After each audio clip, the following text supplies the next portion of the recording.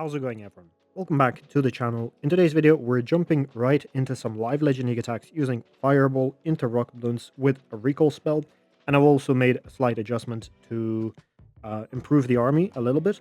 And as you see, I've been resetting at around top 100 in the world for the past week or so. And in terms of offense, I've been getting solid results. As you see, in this particular day, I got plus 249 with a lot of very close attacks and one star included, which I will share in today's video as well. And yeah, the previous day got almost plus 300, which honestly is very good for high legends. A lot of people are struggling right now. Also, the defense log the day before is just, don't mind that. I actually took 8 defenses. It's a little bit of a bug. But yeah, the next day also after the 249, I got plus 300. So yeah, without any further ado, let's jump right into it. And also, just before we jump in, I want to say a big thank you to each and every one of you guys for sticking around and supporting the channel. We hit 10,000 subscribers this week, so yeah, to celebrate that, we're going to do a bunch of giveaways in the next 2 videos, and this one also included, so 3 videos in total. First video is this one. We'll be doing a giveaway of 3 membership slots for my daily Legend League basis, and you'll basically get a month free subscription from me if you do win the giveaway. And yeah, all you guys have to do to enter is leave a like, leave a comment down below, and obviously be subscribed, and I'll pick the winner in a few days time. And yeah, stick around for the next videos. I'll be doing a bunch more giveaways of other things as well. So in today's video, I picked a variety of base styles to hopefully give you guys a good understanding and a good idea of how to execute the attack.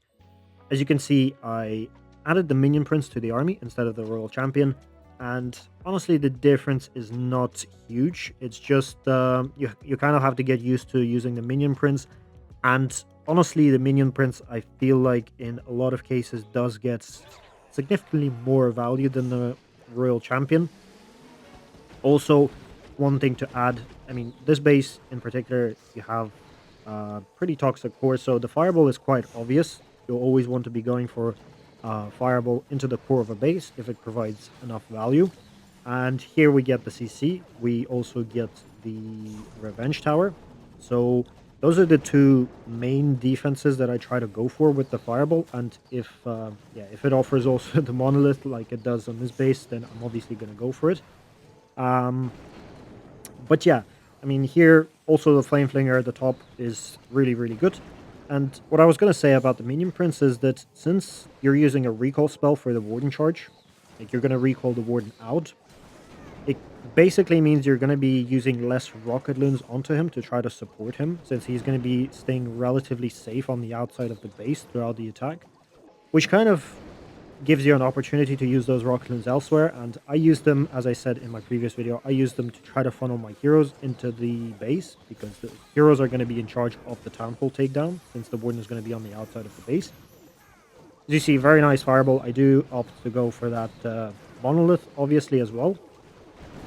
And yeah, I use Rocketloons pretty differently from what I used to. I don't use them to support the Warden quite as much, and here also, if you don't use the Rocketloons to funnel your heroes in, you can use them for the Minion Prince, which is where I'm trying to get at. And that's kind of the reason why I decided to give the Minion Prince a shot, and in the process, I found that, yeah, a lot of cases he does get a bit more value with his Dark Orb ability. But yeah, here, as I said, you're trying to push your heroes into the Town Hall pretty much 95% of the times. The only times I don't try to do that is when I see a clear way for the Warden to get to the Town Hall without, taking too much damage while he's at it, because he's going to be taking damage from the Town Hall itself from a long range. And yeah, here Minion Prince, a few Rocketloons in with him just to kind of tank for some potential Seeking Air Mines. And what I found in general is you want to be sending your Minion Prince a little bit earlier than you would send the RC, because the Minion Prince does take a little bit longer to get value. But as you see, he kind of coasts his way through, and yeah, swag the free spell at the end there, but it doesn't really matter. And we're going to get a pretty comfortable triple.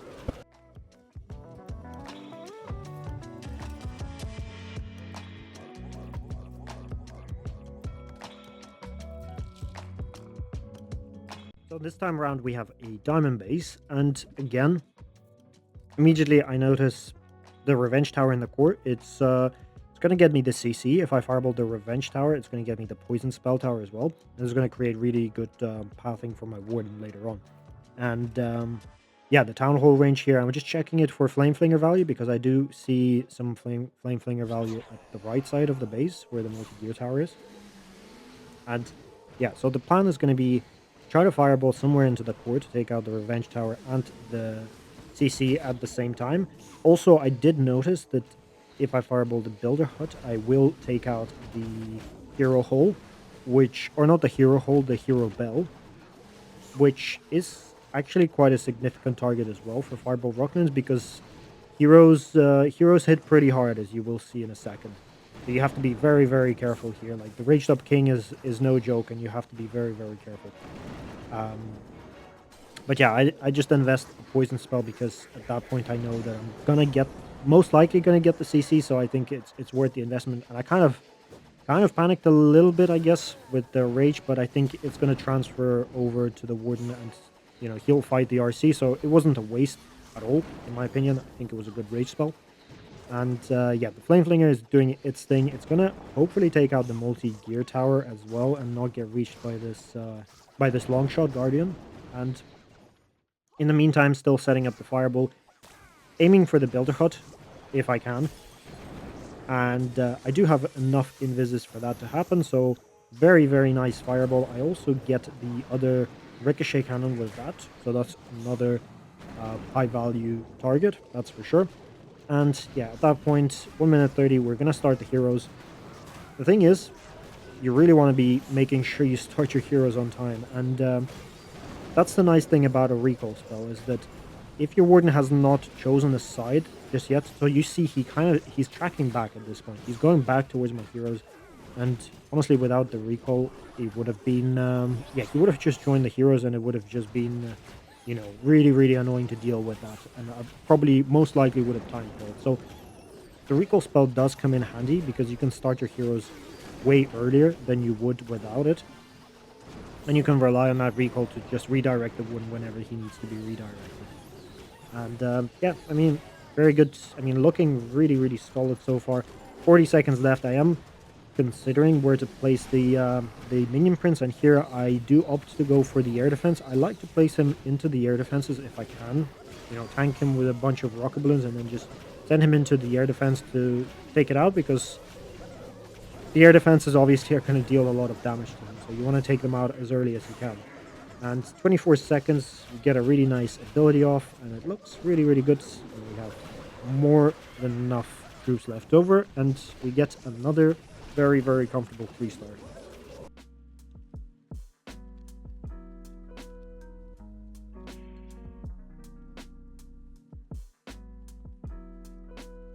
So here we get a double rage base, and these are not very common in the high legends, but yeah, we find one here, and you'll see in this attack, I don't go for any of the primary targets, or like the CC or the revenge tower. I do go for the core fireball here, and I will also do a little bit of a flame flinger trick with the totem spell setup, and you'll see exactly how I do that.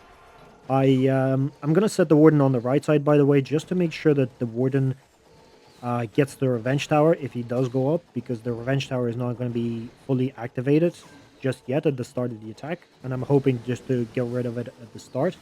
And here I'm gonna set up this flame flinger on the left side. As you see, instead of sniping out this X-bow, which I could do, I could use a bunch of Rocketloons to snipe it out. I'm just going to place one totem spell, and it's going to be tanked for by the X-bow, and the flame flingers lock on directly onto the X-bow. So I made sure to snipe out that wizard tower, so that way the flame flinger locked onto the X-bow, so it had enough time to take it out before the totem spell wore off. That's kind of the reasoning.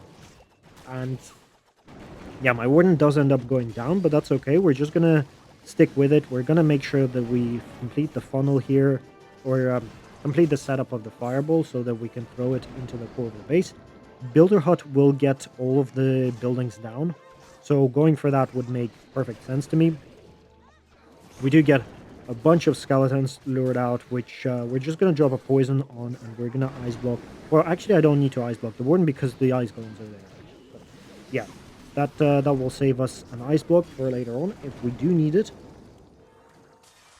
But here, yeah, triple core invisibilities just to make sure that we get that builder hut in the core, as I was saying, because we want to take out all of it. And yeah, at this point, I mean, the warden is heading down, and honestly, he's going to stay relatively safe, so I don't really see a reason as to why I should recall him just yet. So I just opt to go for the hero dive into the revenge tower itself. Again, it's not fully activated, so in my opinion, it's all good to go for it, especially with the totem spells, you know, to support your king to make sure that the ability opens up the town hall compartment. And yeah, as you see, we use the totem spell. I think I missed that totem spell a little bit, but it's okay. Gonna open up the core anyways, and we're gonna get the queen access to the town hall later on. Again, we're trying to funnel her in using Rocketloons here, and I do opt to go for this Minion Prince. Again, kind of 45 seconds remaining into the attack. We're going to get a really nice orb ability. And, I mean, at this point, you can see that the base is crushed. We did not need that recall spell. Some attacks you will not need it if the warden goes the right way and he stays relatively safe, but honestly, the advantage of a recall spell kind of outweighs the disadvantage of swagging it, at least at Town Hall 18.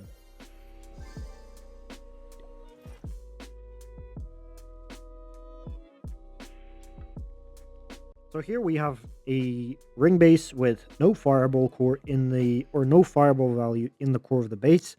But as I was saying, we are going primarily for the CC takedown. And if we can get the revenge tower with that, we're going to go for it. So in this case, I noticed the super wizard tower kind of connects the CC and the revenge tower. So I'm going to fireball that. And because I'm going to fireball more to the right side of the base, my warden is going to have the tendency to go to the left, which means that my hero dive should start kind of at the right side at 2 o'clock, kind of into that ricochet cannon area. And at this point, you will notice that I'm not really looking at the warden. I kind of wasted a bunch of Rocketloons here, trying to tank for the warden, but obviously he did not step in. But yeah, I'm trying to look for Flame Flinger value because I did not really see it in the first 30 seconds of the attack, and I kind of, you know, snipe out this mortar thinking that I'm going to set it up there, but then later on I decided to not opt for that option because, yeah, looking at it, the Flame Flinger is not really going to get all that much. And yeah, I did not notice it, but at 5 o'clock you could quite easily snipe out this X-Bow at 5 o'clock and you can set up a Flame Flinger there, which would eventually funnel your heroes into the town hall, which is, again, what you're trying to go for here. But yeah, we're going to set up this Fireball, swag an Invis, unfortunately. But it's all good. The Fireball value is very, very solid. And at this point, there's 2 minutes left in the attack, and I did not find any Flame Flinger spot. So I'm just going to go for a Siege Barracks and just hope that the Siege Barracks gets enough value, and I think it will. On the south side of the base, there isn't that much damage. There's no ricochet cannons, so the P.E.K.K.A.s will do their thing and provide a little bit of value and funnel my heroes into the town hall later on. Yep, here we're pushing the heroes in. And yeah, as I said, if I set up the Flame Flinger on that X-Bow, could have easily used the Totem Spell trick, by the way, as well. I did not even need to snipe out the X-Bow. Would have gotten really solid pathing into the Town Hall and very good value. But yeah, whenever you're not using a Flame Flinger, you're always going to be a little bit shy on time. And here, as you see, I send in the Minion Prince maybe a little bit too early. Maybe I should have delayed him just a little bit, but I was trying to tank for my heroes here. Sending him into a monolith might not be the best option. Also, with that air defense on the back end, which is going to take him out relatively quickly. And yeah, maybe not the best use case of the Minion Prince in that case. But yeah, we're still pushing through, trying to get that warden to take out that final compartment. It's taking him forever. But we do have a recall. Again, here, if we just had a rage spell, this would have been completely crushed. But we're really cutting it close with this recall. And we have to use it here in a second. Obviously, we find use for it, but it wouldn't have been better than a rage spell would have been in this case. And Unfortunately, we're going to get a 99% as you see. 4 seconds left, there's this Inferno still up. But with the Flame Flinger setup, I think it would have gone through for a 100.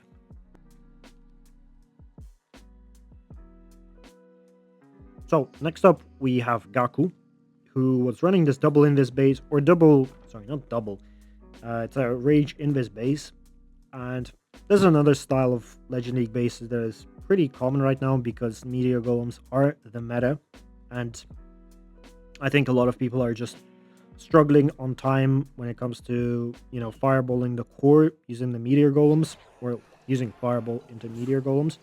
But it's actually a really nice base style for fireball Rocketloons and always has been. And yeah, it can be a little bit time consuming as every single fireball attack. I mean, there's no base that gets completely cooked with fireball Rocketloons inside 2 minutes. Um, but this is as good as it gets, honestly. We're gonna fireball the core, right? That's always what you have to do. Here, if I fireball the scatter shot, I will get down the revenge tower. And you'll notice I kind of set up a flame flinger on the left side. I first let the CC get lured out. I poisoned the furnace first. So that way the fire mites did not go over to the left side to the flame flinger. And I delayed that flame flinger to make sure I kept as much health on it as I could. Here, we're just trying to push the warden in, staying ready with the totem spell because he will step into the queen, because we already used the free spell at the very start. So we just have to be ready to use a totem spell. I don't think, like, a rage would have been a little bit of an overkill here if I did use a rage spell, because it's only a queen and an X-bow. So, yeah, I was ready to do that, but luckily my warden actually just kept away from the queen, so he was able to take her out at a relatively safe distance. Double in this fireball, I do notice immediately that the warden is taking quite a bit of damage from the guardian, and luckily he was not raged up as well. So maybe I could have waited a little bit longer on that and try maybe taken out the multi-arch tower, but we just recall him out, let him do his thing on the right side of the base, and push the heroes again into the town hall. Yeah, actually the ice golems from the CC got lured over by the or the yetis from the flame flinger, which is really nice because it just gives my heroes an opportunity to do their thing with the town hall. And now focusing on the warden, making sure we keep him alive because he is facing the multi-gear tower, and thinking about where to place the minion prince. I have an opportunity to place the rage on the warden, but I don't think it was necessary. I think it would have been nice on the minion prince, honestly. If you place the rage on the minion prince, that's really solid value. Or the hero dive. Here, like, the rage was kind of swagged, I think, in my opinion. But again, we have enough time here, I think. With 30 seconds, we should have enough. Still have the heroes alive. Still have the minion prince, the warden, and the useless ice golem at the very bottom of the base.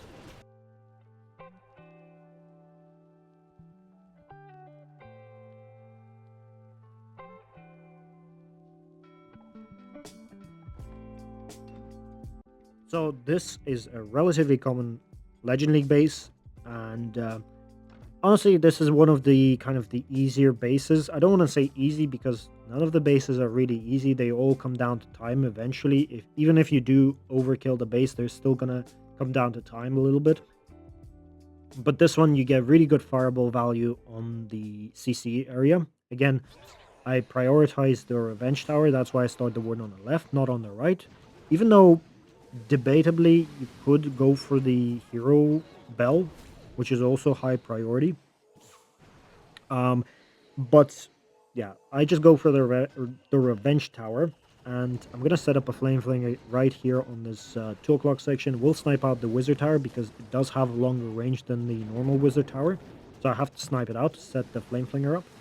And yeah, I'm gonna push the warden into the hopefully the revenge tower section and fireball it. Here you see my freeze is selected, so I'm very prepared to drop it if it needs to be dropped. But again, luckily the warden kind of stays on the outside of the range of the royal champion and kind of snipes her out.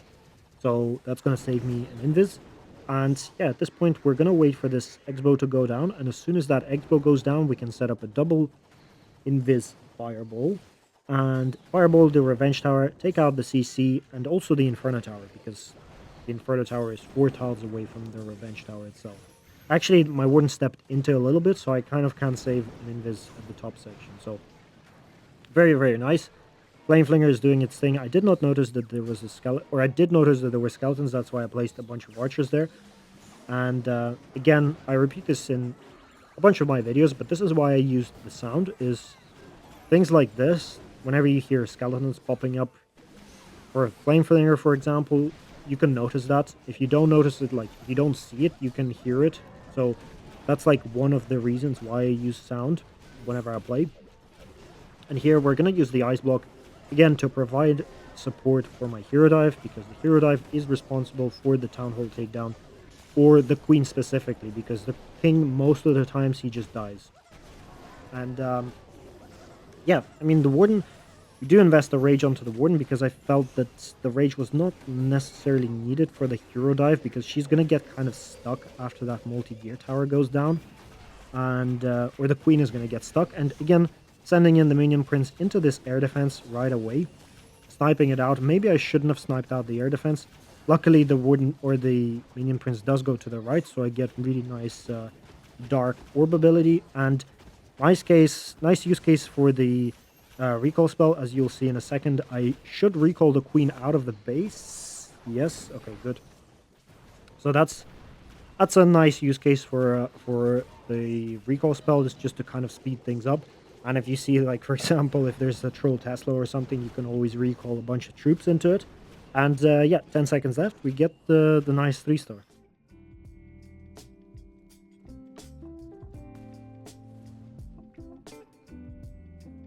So this double rage base actually caused me a bunch of issues. And yeah, if you notice, I've attacked this base before, and I actually got a 3-star on it, the way I attacked it. But the Revenge Spell Tower did cause a bunch of issues. So here, I opted to go for the Fireball onto the Super Wizard Tower to try to get rid of it.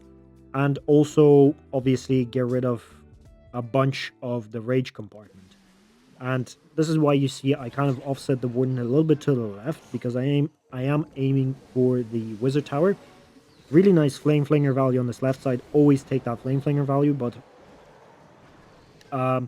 yeah, it was a little bit... I mean, that Fireball, you'll see, it does not really work out. And I kind of overinvest a little bit. And as you see, I Ice Block in just a second here as soon as he steps into the range.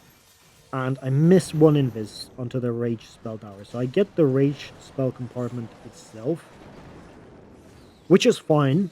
To be honest. But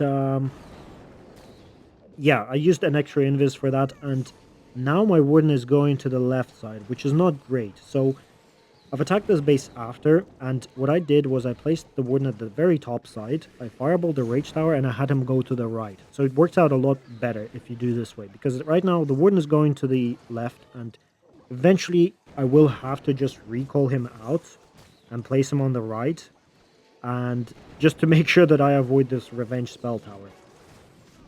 And you'll see I do that in just a second here.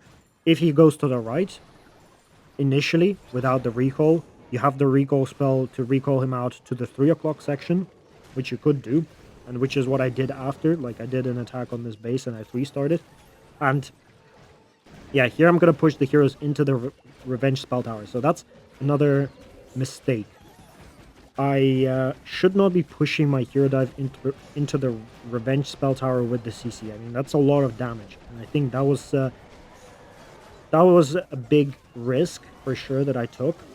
Obviously, the King ability is really, really good, and as I said, I did 3-star this base once using the same method, but it gets a little bit sketchy here. As you see, the Queen goes kind of around the base, and she does not end up getting the Town Hall, and I'm using the Minion Prince here to try to push the Queen into the Town Hall.